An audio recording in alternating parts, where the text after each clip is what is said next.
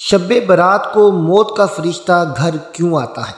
رسول اللہ صلی اللہ علیہ وسلم نے فرمایا، جب شعبان کی 15ویں رات ہو تو قیام کرو اور دن کو روزہ رکھو، کیونکہ اللہ تعالیٰ آسمان کی طرف نزول فرماتے ہیں اور 4 لوگوں کو چھوڑ کر باقی سب کی بخشش کر دیتے ہیں۔ وہ 4 لوگ کون سے ہیں؟ بسم اللہ الرحمن الرحیم۔ شب برات شعبان المعظم کی 15ویں رات کو شب برات کہا جاتا ہے۔ برات کا مطلب ہے نجات کی رات۔ اس رات کی خصوصیت یہ ہے کہ اس رات میں اللہ تعالیٰ اپنے نیک بندوں کو اپنی خصوصی رحمت سے نوازتا ہے۔ اس رات میں ہر امر کا فیصلہ ہوتا ہے اور اللہ تعالیٰ اپنی مخلوق میں رزق تقسیم فرماتے ہیں اور پورے سال میں اپنے بندوں سے سرزد ہونے والے اعمال اور پیش آنے والے واقعات سے اپنے فرشتوں کو باخبر کرتے ہیں۔ حضرت ابوبکر صدیق رضی اللہ تعالیٰ عنہ سے روایت ہے، وہ فرماتے ہیں کہ رسول اللہ صلی اللہ علیہ وسلم نے فرمایا، اٹھو شعبان کی 15ویں رات کو، اس لیے کہ بلکین یہ رات مبارک ہے۔ اس رات کو اللہ تعالیٰ اپنے بندوں سے فرماتے ہیں، ہے کوئی ایسا جو مجھ سے بخشش طلب کرے اور میں اسے بخش دوں، اور تندرستی مانگے اور میں اسے تندرستی دوں، ہے کوئی محتاج کے آسودہ حال چاہتا ہو تو اس کو میں آسودہ کر دوں۔ چنانچہ صبح تک اللہ تعالیٰ یہی ارشاد فرماتے ہیں حتیٰ کہ فجر ہو جاتی ہے۔ حضرت علی رضی اللہ تعالیٰ عنہ سے روایت ہے کہ رسول اللہ صلی اللہ علیہ وسلم نے فرمایا، جب شعبان کی 15ویں رات ہو تو قیام کرو اور دن کو روزہ رکھو، کیونکہ نصف شعبان کی رات سورج غروب ہوتے ہی اللہ تعالیٰ آسمان کی طرف نزول فرماتے ہیں اور 4 لوگوں کو چھوڑ کر باقی سب کی بخشش کر دیتے ہیں۔ ان 4 لوگوں میں سب سے پہلے نمبر پر وہ جو مشرک ہو، یعنی اللہ پاک کی ذات مبارکہ میں غیر اللہ کو شریک کرتا ہو۔ دوسرا وہ جو اپنے دلوں میں دوسروں کے لیے کینہ رکھتا ہو۔ تیسرا وہ جو رشتہ داروں سے قطع تعلق کرتے ہوں۔ چوتھے نمبر پر بدکار عورت اور مسلسل شراب پینے والا شخص۔ ایسا ہرگز نہیں، ان لوگوں کی کبھی بخشش نہیں ہو سکتی، بلکہ سبب یہ ہے کہ یہ اپنے گناہوں سے سچے دل سے توبہ کر لیں، کیونکہ توبہ کرنے کی توفیق بھی اللہ تعالیٰ کی طرف سے ہی ہے۔ پس جب تمہارے دلوں میں یہ خیال غالب آ جائے کہ میں نے زندگی میں بے شمار گناہ کر لیے ہیں تو توبہ کر لو۔ پاک ہے وہ ذات جو تمہیں توبہ کرنے کی توفیق دے گی تو اس بری عادت سے تمہارا چھٹکارا بھی ممکن بنا دے گی۔ پس تم اپنے رب کی طرف رجوع کرنے میں دیر نہ کرو۔ حضرت عائشہ صدیقہ رضی اللہ تعالی عنہا فرماتی ہیں کہ حضور سرور کونین صلی اللہ علیہ وسلم نے مجھ سے ارشاد فرمایا، اے عائشہ، کیا تم نہیں جانتی کہ آج کی یہ شب نصف شعبان کی شب ہے؟ یہ رات ہزاروں راتوں سے افضل ایک ایسی رات ہے جب اللہ تعالیٰ اپنی مخلوق کے بنی کلب کی بکریوں کے بالوں کے برابر گناہوں کو بخش دیتے ہیں اور انہیں دوزخ سے آزاد فرماتے ہیں، سوائے 6 لوگوں کے۔ پہلا شراب کا عادی، دوسرا والدین کا نافرمان، تیسرا زنا کرنے والا، چوتھا قطع تعلقی کرنے والا، 5واں فتنہ باز اور 6واں چغل خور۔ ایک مرتبہ عیسیٰ علیہ السلام کسی پہاڑی کے پاس سے گزر رہے تھے کہ آپ کی نظر ایک عجیب و غریب جھونپڑی پر پڑی۔ آپ رک کر حیرت سے اسے دیکھنے لگے۔ عین اسی موقع پر اللہ تعالیٰ نے وحی نازل فرمائی اور ارشاد فرمایا، اے عیسیٰ، کیا میں اس سے زیادہ عجیب چیز تم پر ظاہر نہ کر دوں؟ عرض کیا، جی ہاں ضرور۔ چنانچہ اس جھونپڑی میں سے ایک بزرگ ہاتھ میں عصا لیے باہر آئے۔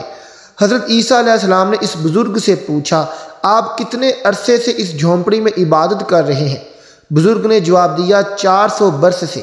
یہ سن کر حضرت عیسیٰ علیہ السلام نے بارگاہ الہی میں عرض کی، اللہ، تیرے اس معجزے کو دیکھنے کے بعد میرا یہ گمان ہے کہ اس بندے سے زیادہ عبادت گزار بندہ اور کوئی نہیں۔ اللہ تعالیٰ نے ارشاد فرمایا، اے عیسیٰ، میرے محبوب نبی کے امتی کا شعبان کے مہینے کی آدھی رات کی عبادت میں 2 نوافل نماز ادا کر لینا اس بزرگ کی 400 برس کی عبادت سے افضل ہے۔ حضرت ابو ہریرہ رضی اللہ تعالیٰ عنہ فرماتے ہیں کہ حضور صلی اللہ علیہ وسلم نے فرمایا، میرے پاس آدھی شعبان کی رات میں جبرائیل امین علیہ السلام تشریف لائے اور عرض کرنے لگے، اے اللہ کے رسول صلی اللہ علیہ وسلم، اپنا سر مبارک آسمان کی طرف اٹھائیے۔ میں نے ان سے دریافت کیا، ایسا کیوں؟ اس رات میں ایسا کیا ہے؟ حضرت جبرائیل امین علیہ السلام فرمانے لگے، یہ وہ رات ہے جس رات اللہ تعالیٰ رحمت کے 300 دروازے کھول دیتے ہیں اور ہر اس انسان کو بخش دیتے ہیں جس نے اس کے ساتھ کسی کو شریک نہ ٹھہرایا ہو، بشرطے کہ وہ جادوگر نہ ہو، سود خور نہ ہو، زانی نہ ہو، شراب کا عادی نہ ہو۔ ان لوگوں کے اللہ تعالیٰ اس وقت تک بخشش نہیں فرماتی جب تک کہ وہ توبہ نہ کر لیں۔ ماہ شعبان کی 15ویں شب کے بارے میں حضرت صلی اللہ علیہ وسلم فرماتے ہیں، اے عائشہ، کیا تم جانتی ہو اس رات میں کیا ہوتا ہے؟ عرض کیا، یا رسول اللہ، آپ بتلائیے اس میں کیا ہوتا ہے؟ تو آپ نے فرمایا، اس رات کی فضیلت یہ ہے کہ آدم علیہ السلام کی اولاد میں سے جو شخص اس سال پیدا ہوگا اور جو اس سال میں مرے گا، اس کا مرنا اور پیدا ہونا لکھا جاتا ہے، اور جو فرشتے ان کاموں پر مقرر ہیں ان کو اس امر کی اطلاع دی جاتی ہے، اور جتنا رزق مخلوق کو اس برس میں ملے گا سب لکھ دیا جاتا ہے۔ اور اس 15ویں رات اللہ تعالیٰ سورج ڈوبتے ہی اس دنیا کے اوپر جو آسمان ہے اس پر تشریف لے آتے ہیں اور ارشاد فرماتے ہیں، ہے کوئی مجھ سے بخشش کا طلبگار ہو، رزق چاہتا ہو، مصیبت کا مارا ہو، دعا کرے تو میں اس کی مصیبت کو دور کر دوں گا۔ اسی طرح صبح ہونے تک ارشاد فرماتے ہیں، پس بندوں کو چاہیے کہ اس رات خوب عبادت کریں، اپنے گناہوں کی معافی مانگیں اور 15ویں کا روزہ رکھیں۔ اللہ تعالیٰ اس رات میں اپنی مہربانی سے بے شمار بندوں کو بخش دیتا ہے، مگر کافر، مشرک، کینہ رکھنے والا اور قاتل کو نہیں بخشتا۔ حضرت عائشہ صدیقہ رضی اللہ تعالیٰ عنہ نے فرمایا، ایک رات میں نے رسول اللہ صلی اللہ علیہ وسلم کو بستر پر نہ پایا تو میں پریشان ہو گئی۔ میں آپ کی تلاش میں گھر سے باہر نکلی، میں نے دیکھا کہ آپ جنت البقیع کے قبرستان میں موجود ہیں اور آپ کا سر مبارک آسمان کی طرف اٹھا ہوا ہے۔ اس رات اللہ تعالیٰ آسمان پر تشریف فرماتے ہیں اور بنی کلب کی بکریوں کے بالوں کے برابر انسانوں کو دوزخ سے آزاد کرتے ہیں۔ پھر فرمایا، کیا تم آج رات مجھے عبادت کی آزادی دیتی ہو؟ میں نے عرض کیا، ضرور۔ پھر آپ نے نماز پڑھنا شروع کر دی اور قیام میں تخفیف کی، سورۃ فاتحہ اور ایک چھوٹی سی آیت پڑھی، اور پھر آپ سجدے میں چلے گئے، پھر آدھی رات تک سجدے میں رہے، پھر کھڑے ہو کر دوسری رکعت پڑھی اور پہلی رکعت کی طرح اس میں بھی قرات فرمائی اور چھوٹی سورت پڑھی، پھر آپ سجدے میں چلے گئے۔ یہ سجدہ صبح تک جاری رہا۔ میں دیکھتی رہی، جب آپ کو سجدے میں گئے زیادہ دیر ہو گئی تو مجھے اندیشہ ہو گیا کہ کہیں اللہ تعالیٰ نے اپنے رسول صلی اللہ علیہ وسلم کی روح مبارک کو قبض تو نہیں کر لیا۔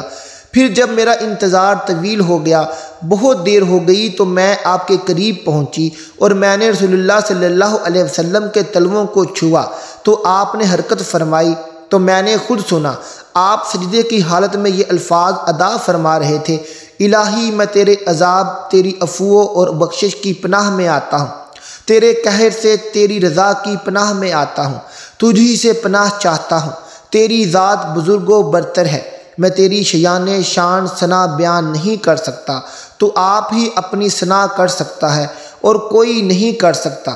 صبح کو میں نے عرض کیا، کیا آپ سجدے میں ایسے کلمات ادا فرما رہے تھے کہ ویسے کلمات آپ کو ادا کرتے ہوئے میں نے کبھی نہیں سنا؟ حضور صلی اللہ علیہ وسلم نے دریافت فرمایا، کیا تم نے ادا کر لیے؟ میں نے عرض کیا، جی ہاں۔ آپ نے فرمایا، خود بھی یاد کرو اور دوسروں کو بھی سکھا دو، کیونکہ جبرائیل امین علیہ السلام نے سجدے میں مجھے ان کلمات کو ادا کرنے کا حکم دیا تھا۔ شب برات کی رات حضرت علی رضی اللہ تعالیٰ عنہ عشاء کی نماز کے بعد گھر کی طرف جا رہے تھے، دیکھا ایک شخص راستے پہ رضائی اوڑھ کے سو رہا تھا، بس یہ دیکھنا تھا۔ تو حضرت علی رضی اللہ تعالیٰ عنہ قریب گئے اور فرمانے لگے، اے شخص، آج رات کون سی ہے؟ تو وہ کہنے لگا، یا علی، آج 15 شعبان ہے۔ بات جب یہاں تک پہنچی تو حضرت علی رضی اللہ تعالیٰ عنہ نے فرمایا، یہ رات بیداری کی رات ہے۔ میں نے اللہ کے رسول صلی اللہ علیہ وسلم سے سنا ہے کہ اس رات اللہ آسمانوں کے فرشتوں کو حکم دیتا ہے کہ جاؤ زمین کی طرف، اور وہ فرشتے حضرت میکائیل اور حضرت عزرائیل کے پیچھے ہوتے ہیں۔ حضرت میکائیل اور حضرت عزرائیل ہر گھر میں آتے ہیں، کیونکہ اللہ کا حکم ہوتا ہے کہ اس رات اگر کوئی میرا بندہ اپنے گناہوں کے لیے پچھتائے اور مجھ سے آنے والے وقت میں اچھے اعمال کا وعدہ کرے تو حضرت میکائیل علیہ السلام اس کی تقدیر میں ترامیم کر کے آنے والے سال میں زیادہ سے زیادہ رزق اور فروانی لکھنا۔ اور اللہ کا حضرت عزرائیل علیہ السلام کے لیے حکم ہوتا ہے کہ اے عزرائیل، ہر گھر جا کے دیکھ آنے والے سال میں جس جس گھر میں جو مرنے والا ہے اسے بتا دے کہ بیدار ہو کے اپنے اللہ کی عبادت کر، کیونکہ باقی اس کی زندگی میں اتنی سانسیں اور اتنی دھڑکنیں موجود ہیں۔ اگر کوئی میرا بندہ اس رات اپنی زندگی میں میری عبادت کے لیے مجھ سے مہلت مانگے تو اس کی زندگی میں فراوانی لکھنا، اور اگر وہ آنے والی زندگی میں مصیبتوں اور بیماریوں سے نجات مانگے تو اس کی آنے والی زندگی سے ہر مصیبت کو ختم کر دینا۔ اے شخص، اس رات تمہارے پروردگار کا حکم ہوتا ہے کہ اے فرشتوں جاؤ ہر گھر میں نگاہ ڈالو، آج کی رات کسی بھی انسان کی کوئی بھی دعا رد نہ ہونے پائے۔ ان احادیث کریمہ اور صحابہ کرام رضوان اللہ اجمعین اور بزرگان دین نے اللہ کے عمل سے اس رات میں 3 کام کرنا ثابت کیے ہیں۔ نمبر 1، قبرستان جا کر مردوں کے لیے ایصال ثواب اور مغفرت کی دعا کی جائے، لیکن یاد رہے کہ نبی کریم صلی اللہ علیہ وسلم سے ساری حیات مبارکہ میں صرف 1 مرتبہ شب برات میں جنت البقیع جانا ثابت ہے۔ اس لیے اگر کوئی شخص زندگی میں 1 مرتبہ بھی اتباع سنت کی نیت سے چلا جائے تو اجر و ثواب کا باعث ہے، لیکن پھول پتیاں، چادر چڑھاوے اور چراغاں کا اہتمام کرنا اور ہر سال جانے کو لازم سمجھنا، اس کو شب برات کے ارکان میں داخل کرنا ٹھیک نہیں ہے۔ جو چیز نبی کریم صلی اللہ علیہ وسلم سے جس درجے میں ثابت ہے اس کو اسی درجے میں رکھنا چاہیے، اس کا نام اتباع اور دین ہے۔ نمبر 2، اس رات میں نوافل، تلاوت، ذکر و اذکار کا اہتمام کرنا۔ اس بارے میں یہ واضح رہے کہ نفل ایک ایسی عبادت ہے جس میں تنہائی مطلوب ہے، یہ خلوت کی عبادت ہے، اس کے ذریعے انسان اللہ کا قرب حاصل کرتا ہے، لہذا نوافل وغیرہ تنہائی میں اپنے گھر میں ادا کر کے اس موقع کو غنیمت جانے۔ نوافل کی جماعت اور مخصوص طریقہ اپنانا درست نہیں ہے۔ یہ فضیلت والی راتیں شور و شغب اور میلے اجتماع منعقد کرنے کی راتیں نہیں ہیں، بلکہ گوشہ تنہائی میں بیٹھ کر اللہ سے تعلقات استوار کرنے کے قیمتی لمحات ہیں، ان کو ضائع ہونے سے بچائیں۔ نمبر 3، دن میں روزہ رکھنا بھی مستحب ہے۔ ایک تو اس بارے میں حضرت علی رضی اللہ تعالی عنہ کی روایت ہے، اور دوسرا یہ کہ نبی کریم صلی اللہ علیہ وسلم ہر ماہ ایام بیض کے روزوں کا اہتمام فرماتے تھے، لہذا اس نیت سے روزہ رکھا جائے تو موجب اجر و ثواب ہوگا۔ باقی اس رات میں پٹاخے بجانا، آتش بازی کرنا اور حلوے کی رسم کا اہتمام کرنا، یہ سب خرافات اور اسراف میں شامل ہے۔ شیطان ان فضولیات میں انسان کو مشغول کر کے اللہ کی مغفرت اور عبادت سے محروم کر دینا چاہتا ہے، اور یہی شیطان کا اصل مقصد ہے۔ بہرحال اس رات کی فضیلت بے اصل نہیں ہے، اور سلف صالحین نے اس رات کی فضیلت سے فائدہ اٹھایا ہے۔ اللہ پاک ہمیں دین کی مکمل سمجھ نصیب فرمائے اور ہمیں بہتر عمل کرنے کی توفیق عطا فرمائے، آمین ثم آمین۔ آخر میں ناظرین کمنٹ باکس میں اللہ تعالیٰ کے 99 ناموں میں سے ایک نام ضرور ٹائپ کریں۔ ملتے ہیں آپ سے اپنی اگلی ویڈیو کے ساتھ، تب تک اپنا بہت خیال رکھیے گا۔ اللہ حافظ۔